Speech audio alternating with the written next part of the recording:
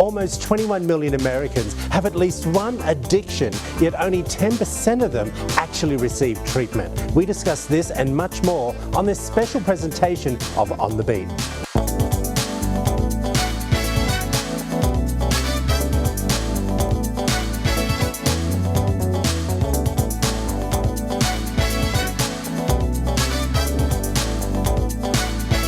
Welcome to On the Beat, I'm Troy Thompson. Today, on this special presentation, I'm sitting down with Whitney Cox, who's the clinical director over there from the Pines and Katie Hill Recovery House, to discuss what are the causes of drug and alcohol addiction, and not only what we can do to help each other, but to better understand what a family member or a loved one may be going through.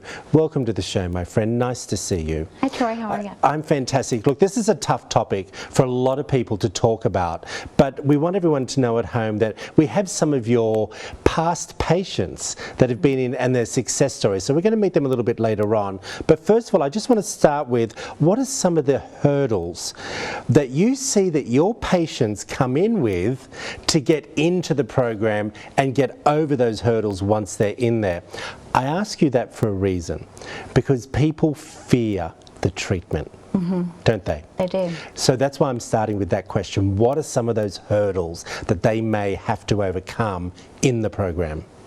The first hurdle is going to be the emotional symptoms that tend to emerge. I think one of the biggest issues that we see is clients think that the solution is just to not use drugs or alcohol anymore. And in fact, that was just a part of the problem. They were probably self-medicating. Those emotional symptoms are going to come out. We're going to see anger issues. We are going to see depression, anxiety. And so the first hurdle is going to be to normalize that for them, to let them know that that is part of this process. Not only are they going through withdrawal symptoms, but the emotional purge is going to come out too. Well, what are you putting into place to make sure that those hurdles are actually being easily accomplished for them? We focus a lot on co-occurring disorders, and so our treatment focuses not just on relapse prevention and 12-step recovery support groups. We focus on treating co-occurring issues. Lots of our clients have been through extreme trauma, and so we focus heavily on psychoeducational trauma groups and co-occurring disorder groups to make sure that they know what those symptoms are, that they know what those disorders are. How do you know that the products or the solutions that you're putting into place, are they different for every person, or is it a system that works? Well, they are individualized. Everyone's treatment plan is going to look a little bit different because people are different. However, we do tend to see a lot of the same symptoms. For example, 85% of our clients that come into treatment have been through at least one traumatic event. Really? Yes, and so we know that that's going to be something very similar for a lot of people, that there's going to be some expected trauma. Do you find people who haven't finished the program obviously relapse and then maybe away for several months and then realize, I've got to get back into the program, I've got to do it again? What do you say to those people? Because they're the ones that really need the help because they've been struggling. Yes, we see that a lot. Unfortunately, relapse is very common amongst our clients. I think the reason for that, though, is clients don't always recognize what all has to change in order to sustain sobriety. Is it family members that are helping them along, or is it them on their own that make the call? We see a little bit of both. Unfortunately, a lot of our clients, their family members are also in addiction and struggle with alcoholism. It's usually a genetic pattern that we tend to see. But we do have some that have some very supportive family members. It's much more difficult for those that don't have that kind of support. What do you do for them who don't have the support? Because look, I know there are people sitting at home right now that maybe not have that support. You know, I have people in my family that are recovering alcoholics or alcoholics, you know, and so many people tried to help them, but they didn't want to help themselves. So if someone's on their own, how do you give them that support? We focus a lot on establishing new relationships, helping them to see that, you know, family's not always all that you need. in recovery and in a recovery community, you establish bonds and close relationships with other people who have been through similar things as you.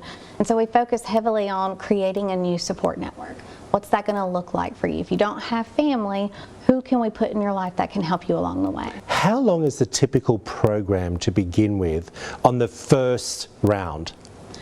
We can go for 30 days or even up to 90 days. Really? And there are long-term solutions too. So we have intensive outpatient treatment. We have sober living in the area. And so it can be up to a year process if that's what they choose to do. And is it, I want to say, is it court ordered or it's just voluntarily going in? It's both. We try to focus heavily on those who want treatment. Yeah. And so there are several, people that want treatment who are also court ordered, and so they still get to make that decision and make that choice on their own. But we see a mix of both. What do you all do as directors and workers within the clinic to encourage them to get to that next stage? Support, support, support. Validate their feelings, Yeah. Normalize what they're going through. I think I always tell clients, and sometimes they get mad at me because I'll say, if you are feeling bad, angry, hurt, sad, you're doing it right. You're doing treatment right. Well, look, we have so much more to talk about. This is just the tip of the iceberg. Thank you so much. Yeah. Coming up after the break, I sit down with one of their incredible success stories. His name is Corey. He's going to talk all about his journey. The Pines and Katie Hill and Recovery House is an alcohol and drug treatment facility in Columbus. Since 1976, Pines and Katie Hill have established a reputation as a premier residential treatment provider. Our innovative methods, evidence-based and individualized approach of treating co-occurring addiction and mental health disorders continue to lead hundreds of people to sobriety each year. The Pines and Katie Hill and Recovery House. Call 662-327-7916 or visit pachrecovery.org. According to a national survey on drug use and health, each day 6,600 Americans use prescription drugs for the first time. That's approximately 2.4 million a year. Teens make up about 1/4 of that number. And that number is on the rise. Due in part to prescription drug availability, many adolescents receive these drugs for free from a friend or a relative. Welcome back to this special presentation of On The Beat. I'm Troy Thompson. I'm sitting here with Corey Poss. Now, Corey's a wonderful success story from the Pines and Katie Hill Recovery House. And today we're talking all about your journey, my friend. How are you? All right, man. How about yourself? I'm fantastic. Now, we want everyone to know that you are out of recovery. Yeah. I'm Okay. out. I want to talk a little bit. Can I get deep and personal with you? Yeah, no problem. You don't mind? No problem. Corey, what was your choice of drug? Prescription pills and marijuana, and I Okay. drank. Okay. At what age were you starting to do all of this? Well, about 12. 12. Yeah. When did you get into prescription drugs? I was probably about 18, 19. Really? Yeah. And for what reason? Did you have an injury? Was there something that went on? No, just for a buzz. It started out for a buzz. It started out as a buzz. Yeah. What was making you want to have that buzz? Everybody else, pretty much, and seeing everybody else doing things like that. So Environment. I did, environment. How long was this going on for? I'm 38 now, so about a little bit over 20 years. Really? Yeah. And how were you functioning on a daily basis? I mean, at first it's easy. At first it's easy to function until you get deeper and deeper in the pills, and then you have to have them pills to function.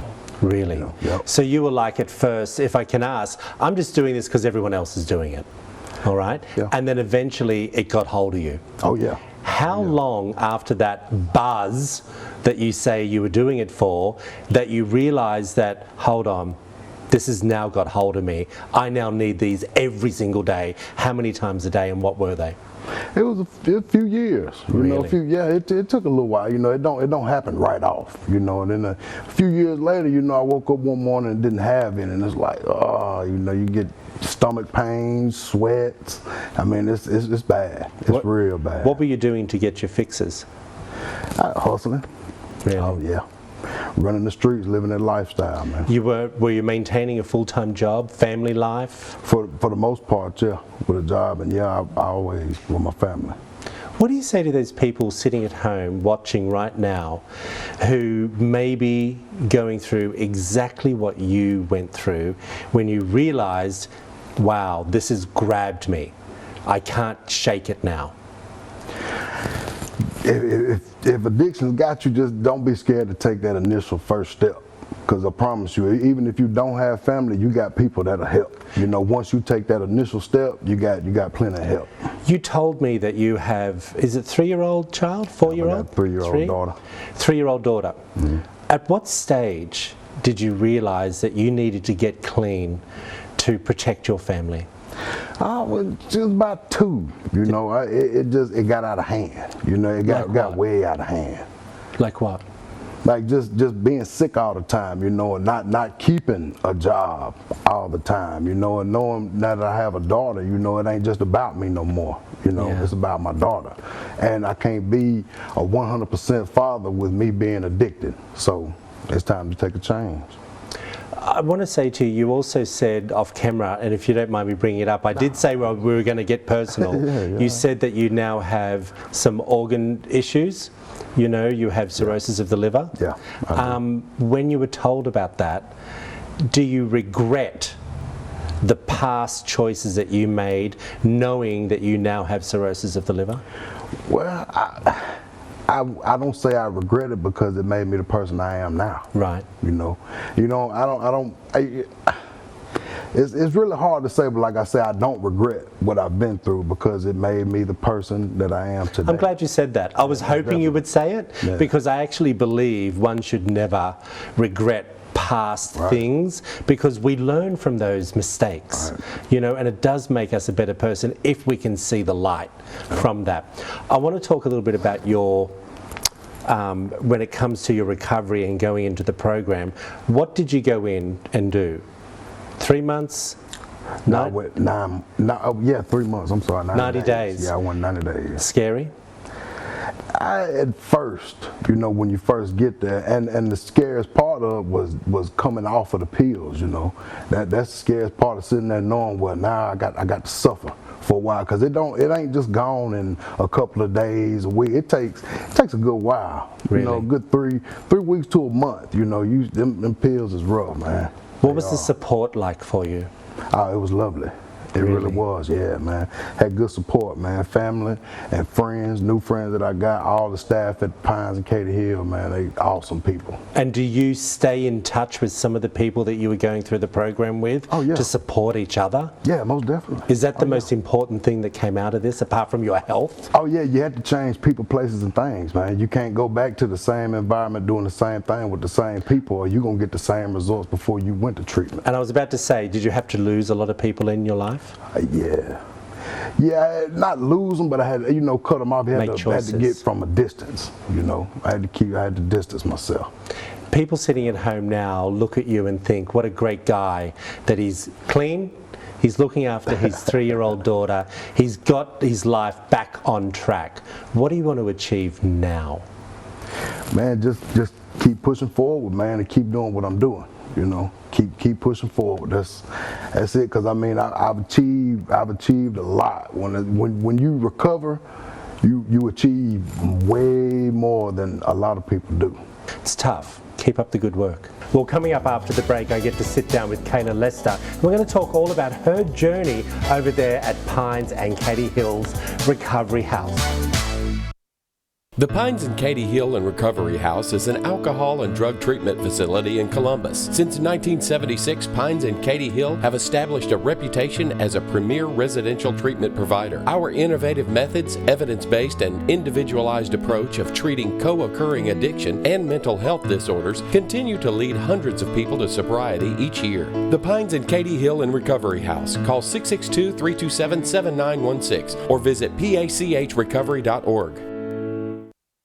Teenage drinking addiction is not only the product of an individual's behaviour or poor decisions, but the result of a combination of factors, which may include genetic makeup, home environment, psychological conditions, parental influences, or even social influences. Welcome back to this special presentation of On the Beat. I'm Troy Thompson. I'm sitting here with Kayla Lester, who's actually completed a 3-month program, and she's here to talk all about her struggles and how she became clean and sober. Welcome to the show, my friend. Hi, thanks for having me. Okay, people may look at you sitting at home and go, she didn't have any problems. She look at her, she's gorgeous, she looks well put together. But on the inside, there were issues. Very At much. what age did you start drinking? 15. What happened at 15 that was going on that you felt you had to turn to a bottle? Really, it was peer pressure and Really? also trauma that I had from the past. And when you say trauma, what do you mean by trauma? Verbal, physical abuse. Really? My dad not being present in my life. Okay. And they were issues that you were struggling with mentally? Definitely. And so when you say peer pressure, this is really interesting for people sitting at home, especially mums and dads who maybe have a 14 to a 15-year-old daughter or son. What was that pressure? When you say peer pressure, what was happening? Really, just like it was a trend. I mean, just every teenager was out drinking and partying with their friends. What were your parents doing? They weren't around. Really? So you were just running wild. What were you drinking? I was drinking liquor, beer, really anything I could get my hands on. Every day? Yes. All day? Yes. Explain that routine for me. It was actually a very particular routine. I would drink during work when I did have a job. And then I would just tell myself, all you have to do is just get through this shift and then you can go to the liquor store and get another bottle. And then I would continue my day into the night drinking. And I would specifically save a shot of liquor for the next morning. So you'd wake up and want to have a shot Yes. of whatever it was that you were drinking the night before. Vodka, gin, tequila. What was your choice? It was Fireball. Really? Yes. Okay.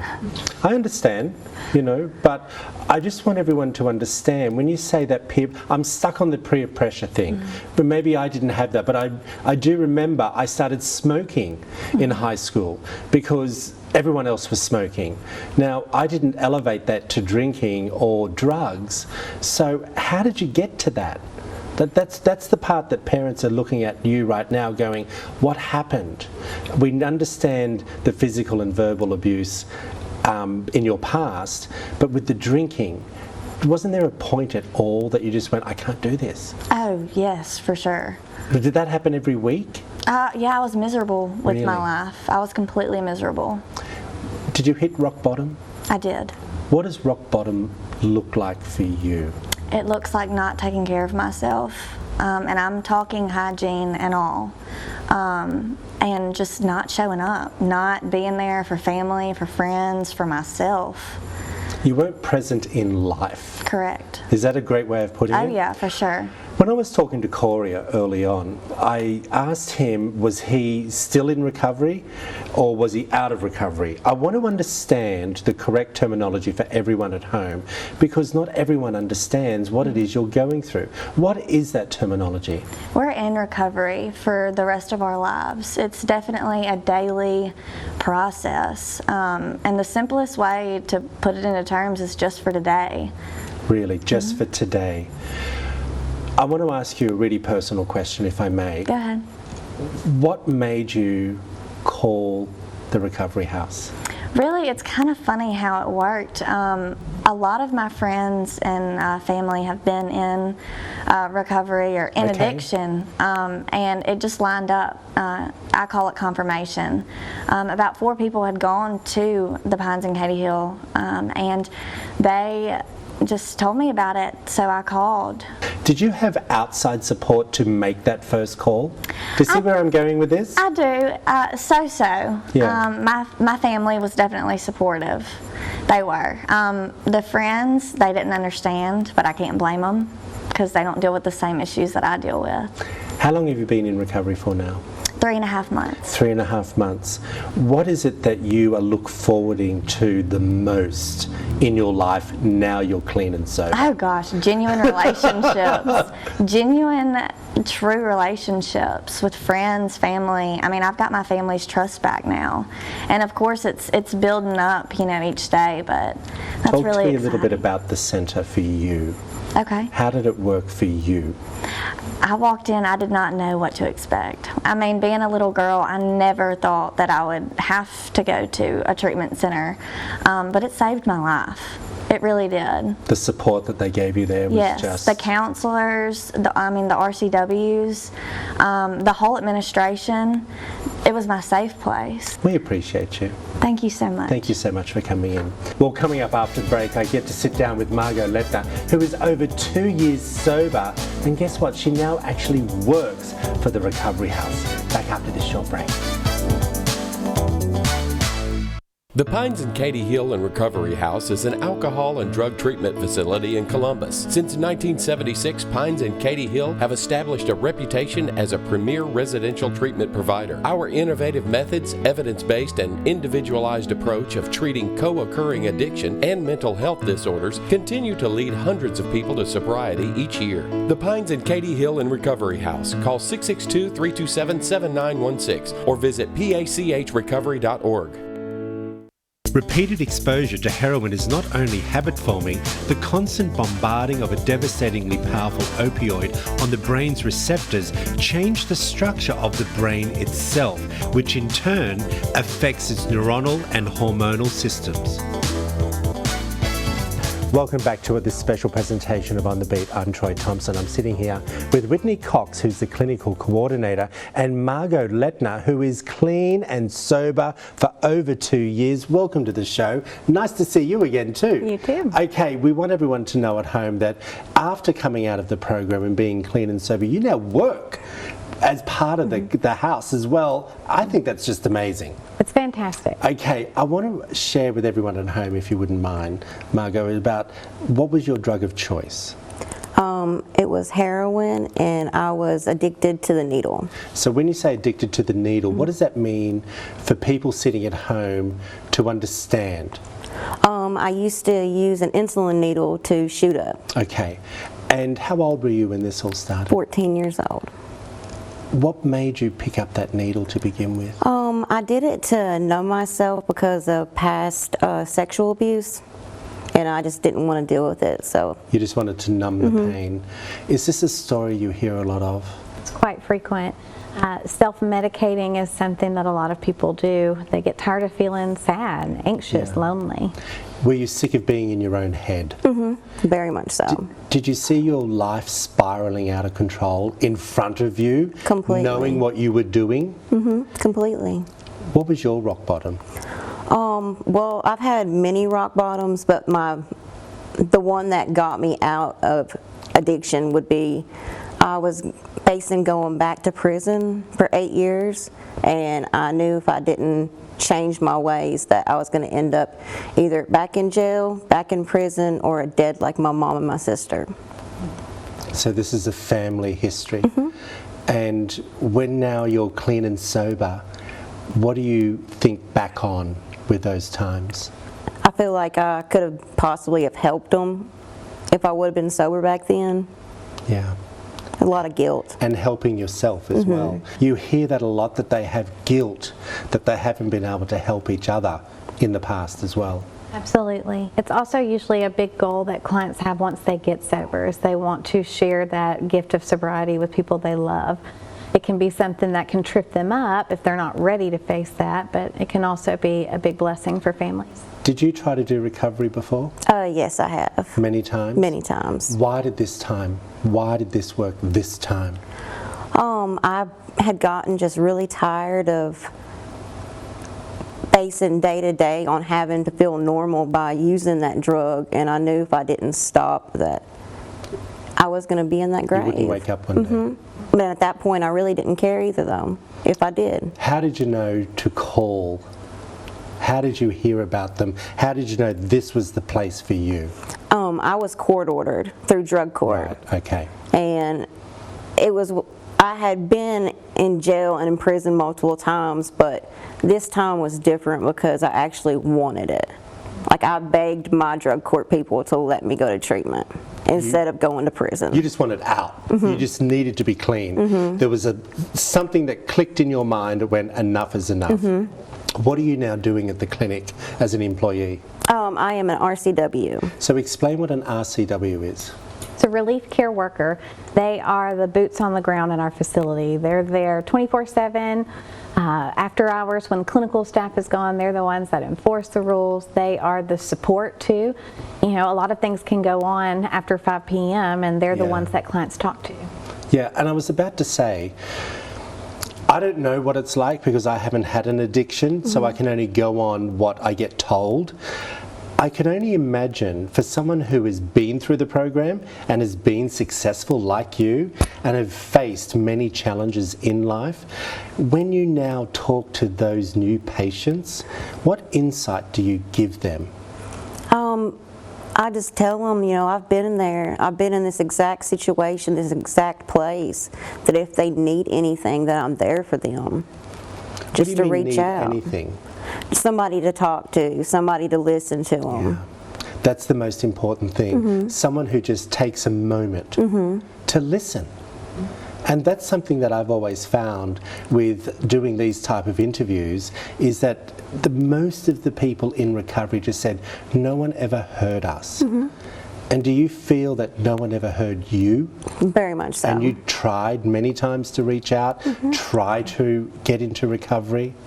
Very much. What do you see now for your future? I know that I would like to eventually become a counselor. Right. What do you need to do to become that? You're going to college, girl. Yeah, I was about to say, don't you? I think you have to go to college. So when you do this program at the house, or the clinic we can call it, what was your process? You did 90 days? I did 90 days. And the struggle for you, explain that part. Well, just the struggle of dealing with those raw emotions that come flooding back all at one time. Now that's kind of hard to deal with. Because you're not numbing it anymore. It's bubbling up to the surface, right? And that's the tough part. Keep going. And then, like, you know, dealing with emotions as far as like guilt and anger, because they come flooding back as well. What do you want to say to everyone at home? I want to, especially to the loved ones watching, that know they have a family member that maybe have gone through what you went through. What do you say to them to pick up the phone? How do you encourage them to encourage their loved one? I would just tell them to reach out because they're not alone. And there is help. There is help. But people find that tough for that help to make that call, don't they? They do. Listen, thank you so much for sharing your story. You're welcome. I think it's been a wonderful journey for everyone to see at home. We really appreciate it. Thank you so much. Whether it's a problem with alcohol or other substances, addiction kills thousands of Americans every year and impacts millions of lives. Addiction is a mental disorder which compels someone to repeatedly use substances or engage in behaviours even though they have harmful consequences. Addictions destroy marriages, friendships and careers and threaten a person's basic health and safety. If you know anyone who may be having difficulties with today's topic, give the Pines, Katie Hill and Recovery House a call and let them help you. We appreciate you taking the time to watch this special presentation of On the Beat.